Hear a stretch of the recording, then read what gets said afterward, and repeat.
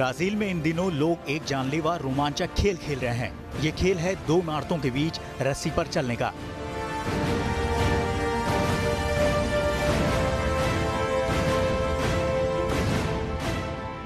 Brazil के Sao Paulo में इन दिनों लोगों के सिर पर स्लैक लाइनिंग का भूत चढ़ा है। स्लैक लाइनिंग में बेहद पतली और लचीली रस्सी पर चलना होता है।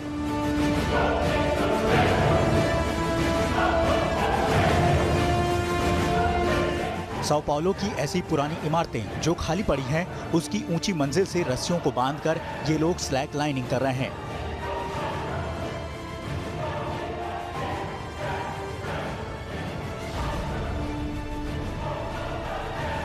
इनका कहना है कि स्लैक लाइनिंग करने से इन्हें अपने जीवन में संतुलन बनाए रखने का एहसास होता है। स्लैक लाइनिंग करने वालों में ज्यादातर युवा प्रोफेशनल्स हैं जो अपनी रोजमर्रा की बोरिंग लाइफ स्टाइल में कुछ रोमांचक करना चाहते हैं।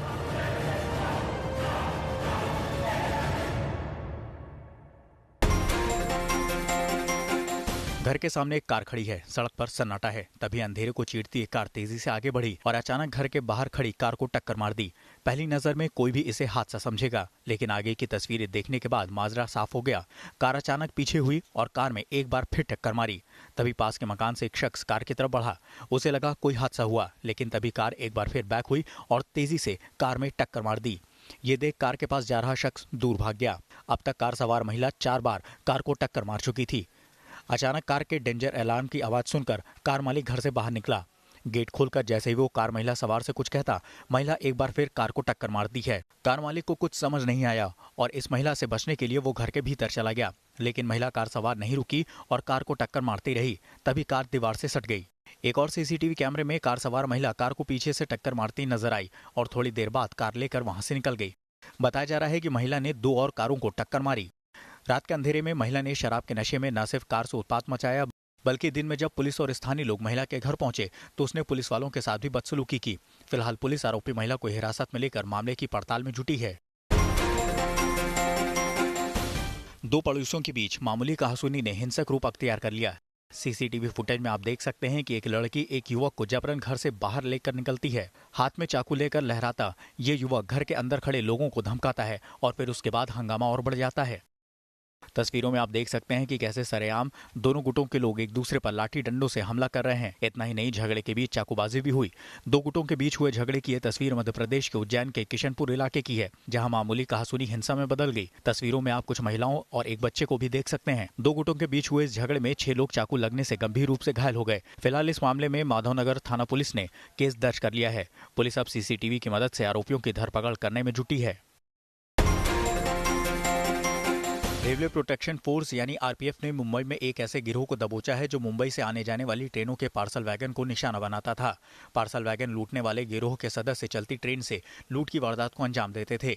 मुंबई के घाटकोपर रेलवे स्टेशन के सीसीटीवी फुटेज में दिख रहे 3 शख्स जिन्होंने नारंगी टी शर्ट, नीली और काली शर्ट पहनी है, तीनों ही पार्सल वैगन लूटने वाले गिरोह के सदस्य हैं। अब जान लीजिए कि कैसे ये ट्रेन में रखे पार्सल को लूटते थे। लुटेरों ने घाटकोपर से लोकल ट्रेन पकड़ी, कल्याण स्टेशन पहुंचकर चेन्नई एक्सप्रेस में सवार हुए। लुटेरे पार्सल वैगन में घुसे और कीमती सामान को नीचे फेंक दिया। लुटेरे दादर स्टेशन पर उतरे और प्राइवेट टैक्सी की।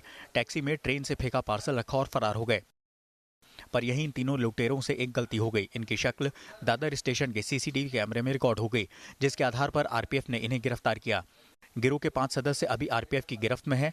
इनमें मुख्य आरोपी शंकर नायडू भी शामिल है। तस्वीरों में आप देख सकते हैं कि किस तरह कुछ दबंग एक शख्स को लाठी डंडों से पीट रहे हैं। जैसे एक महिला इनका विरोध करती है, वो दबंग उस महिला पर भी हमलावर हो जाते हैं और उसे पकड़कर जमीन पर पटक देते हैं। साथ ही महिला पर भी लाठी से वार करते हैं। इतना ही नहीं, दबंग महिला के बाल पकड़कर उसे काफी दूर तक घसीटते हैं। महिला चीखती चिल्लाती है, लेकिन दबंगों को उस पर जरा भी रहम नहीं आता। जैसे तैसे महिला खुद को बचाकर वहां से भागती है। तस्वीरें मध्य प्रदेश के सिंगरौली की हैं, जहां जमीन विवाद पर हुए झगड़े में दबंगों ने महिलाओं को भी नहीं बख्शा। बताया जा रहा है कि कुछ दबंग सरकारी चारागाह की जमीन पर कब्जा करने की फिराक में हैं। महिला से मारपीट का ये वीडियो जब वायरल हुआ तो पुलिस की नींद टूटी और पुलिस ने मामले में महिला की शिकायत पर केस दर्ज किया। सीसीटीवी फुटेज में गलाघोटू गैंग की करतूत कैद हुई है। तस्वीरों में आप देख सकते हैं कि कैसे 2 युवक एक शख्स को लूट रहे हैं। एक युवक इस आदमी का गला पकड़े हुए है, जबकि दूसरा उसकी जेब तराश रहा है। लूट की ये पूरी वारदात गली में लगे सीसीटीवी कैमरे में कैद हो जाती है। तस्वीरें दिल्ली के प्रेमनगर इलाके की हैं, जहां रविवार रात बाइक सवार बदमाश वारदात को अंजाम देकर फरार हो जाते हैं। वहीं पीड़ित शख्स लगभग बेहोशी की हालत से निकलकर जब होश में आता है तो उससे हुई वारदात की सूचना पुलिस को देता है। बदमाश पीड़ित शख्स से 10,000 रुपए, स्मार्टफोन, डीएल और एटीएम कार्ड लेकर फरार हो गए। फिलहाल पुलिस सीसीटीवी फुटेज के आधार पर बदमाशों की तलाश में जुटी हुई है। सीसीटीवी फुटेज में आप देख सकते हैं कि कैसे एक बुजुर्ग बैंक में थैले में रुपए लेकर जमा कराने के लिए काउंटर के पास खड़ा है। उसके नजदीक एक बुजुर्ग महिला और बुर्का पहने हुए महिला खड़ी हुई है। इनसे कुछ दूरी पर नीले रंग के सूट में एक लड़की खड़ी हुई है जो उन्हें देख रही है। तभी ये लड़की काउंटर के पास जाती है और जब बुजुर्ग का ध्यान भटकता है तो वो आगे झुककर थैले में से रुपए निकाल लेती है। लड़की की ये पूरी करतूत बैंक में लगे सीसीटीवी कैमरे में कैद हो जाती है। तस्वीरें यूपी के पीलीभीत की हैं, जहां यूनियन बैंक में चोरी की इस वारदात को एक लड़की ने अंजाम दिया। दरअसल यूनियन बैंक में अमरजीत माटा मशीनरी स्टोर के मुनीम रोज की तरह रुपए जमा कराने आए थे। मुनीम 3 लाख रुपए लेकर पहुंचे थे, लेकिन आरोपी लड़की ने अपने हाथ की सफाई दिखाते हुए थैले में से 1,36,000 रुपए पार कर दिए और पलक झपकते ही बैंक से बाहर निकल गई। आरोपी लड़की को पुलिस ने गिरफ्तार कर लिया है और पुलिस से उससे पूछताछ कर रही है। आधी रात को मुंबई में ईडी दफ्तर के बाहर सुरक्षा के पुख्ता इंतजाम किए गए। ईडी दफ्तर के बाहर चारों तरफ 100 मीटर तक बैरिकेडिंग की गई, साथ ही पुलिस के जवानों की तैनाती की गई। वजह है महाराष्ट्र नवनिर्माण सेना यानी एमएनएस प्रमुख राज ठाकरे की पेशी। दरअसल राज ठाकरे को आज ईडी मुख्यालय में सुबह 10:30 बजे पेश होना है, जहां ईडी उनसे कोहिनूर सीटीएनएल में infrastructure leasing and financial services loan में कथित अनियमितताओं को लेकर पूछताछ करेगी। बता दें कि कुछ दिन पहले मनसे के कार्यकर्ताओं ने इसके विरोध में मुंबई और ठाणे में बंद बुलाया था, लेकिन राज ठाकरे की अपील के बाद बंद वापस ले लिया गया। ठाकरे ने अपने कार्यकर्ताओं को शांति बनाए रखने की अपील की, लेकिन राज ठाकरे और मनसे के इतिहास को ध्यान में रखते हुए मुंबई पुलिस ने एहतियातन सुरक्षा के ठोस बंदोबस्त किए हैं। जेसीबी से ढाया जा रहा निर्माण, बड़ी संख्या में मौजूद पुलिस बल। तस्वीरें पटना जंक्शन के दूध बाजार की हैं, जहां जिला प्रशासन ने अतिक्रमण हटाओ अभियान चलाया। जैसे इसकी सूचना आरजेडी नेता तेजस्वी यादव को मिली, वो बुधवार रात 11 बजे विधायकों और कार्यकर्ताओं के साथ मौके पर पहुंच गए और दूध बाजार को ढाए जाने का विरोध किया, साथ ही धरने पर बैठ गए। तेजस्वी का दावा है कि दूध बाजार सरकार ने बनाया था, तो ये अतिक्रमण कैसे हो सकता है। इतना ही नहीं, उन्होंने आरोप लगाया कि बिना किसी परमिशन के बाजार को तोड़ दिया गया। जहाँ 10,000 लोग जो हैं व्यवसायी, दूध का व्यवसाय करने आते हैं, लोग दूर दराज के इलाकों से, पूरे बिहार से, तो आखिर उनके पेट पे लात क्यों मारा जा रहा है? तो कोई परमिशन होगा, किसी का आदेश होगा, क्यों टूट रहा है ये इसका जिक्र भी होगा। तो कोई डॉक्यूमेंटेशन नहीं, कोई परमिशन नहीं। बता दें कि दूध मंडी में 150 के करीब दुकानदार दूध, पनीर और खोआ का कारोबार करते हैं। 2 दिन पहले इनको जगह खाली करने को कहा गया था। गाजियाबाद पुलिस ने कुछ ही घंटे के अंदर ताबड़तोड़ 2 मुठभेड़ों को अंजाम दिया। पहली तस्वीर मेरठ तिराहे की है तो दूसरी तस्वीर लोनी इलाके की, जहां पुलिस ने 25-25 हजार के इनामी बदमाशों को गिरफ्तार किया है। अब आपको सिलसिलेवार तरीके से बताते हैं दोनों एनकाउंटर्स के बारे में। दरअसल यूपी पुलिस इन दिनों मिशन क्लीन में जुटी है। बुधवार देर रात गाजियाबाद पुलिस मेरठ तिराहे पर चेकिंग अभियान चला रही थी।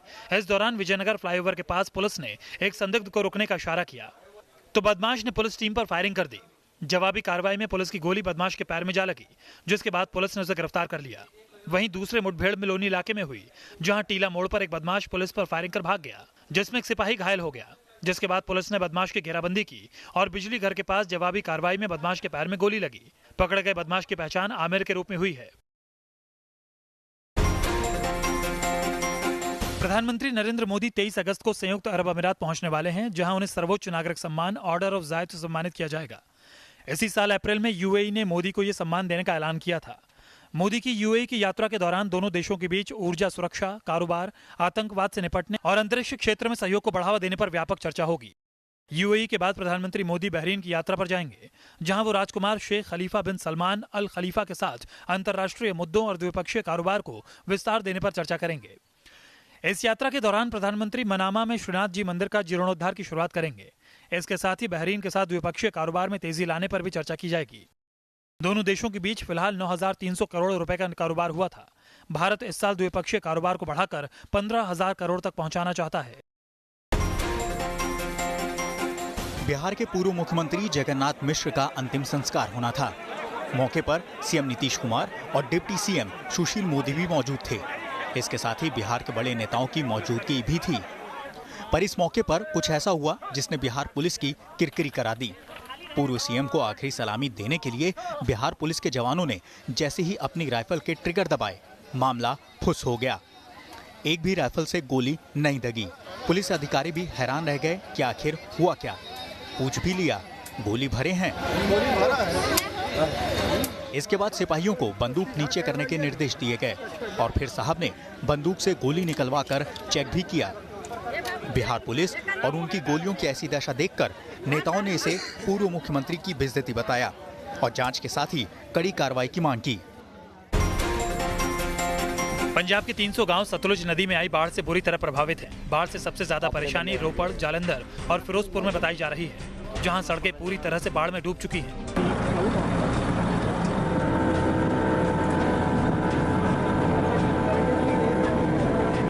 बाढ़ से हजारों एकड़ फसल बर्बाद हो गई। एनडीआरएफ, एसडीआरएफ की टीमें गांव वालों को एयरबोट के जरिए रेस्क्यू कर रही हैं। हजारों ग्रामीणों को अपनी रात छतों पर बितानी पड़ रही है। पंजाब में राज्य सरकार ने बाढ़ की मौजूदा स्थिति को प्राकृतिक आपदा घोषित कर दिया है।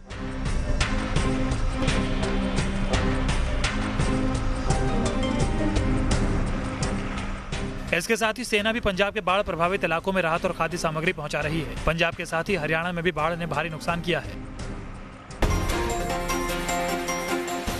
यमुना अपना रौद्र रूप अख्तियार किए हुए है। दिल्ली के बाद अब आगरा में भी यमुना का जलस्तर बढ़ने से बाढ़ का संकट मंडरा रहा है। दिल्ली में जहां हथिनीकुंड बैराज से पानी छोड़े जाने के बाद यमुना का जलस्तर बढ़ने से निचले इलाकों में बाढ़ का खतरा पैदा हुआ, तो वहीं आगरा में ताजवाला से 8,88,000 क्यूसेक पानी छोड़े जाने के बाद से यमुना नदी का जलस्तर बढ़ गया है, जिससे आगरा नदी के मुहाने और निचले इलाके में रहने वाले लोगों के लिए बाढ़ का संकट गहरा गया है। ताजवाला से पानी आगरा में शुक्रवार शाम तक पहुंचने की संभावना है। फिलहाल यमुना का स्तर 490.10 फीट है।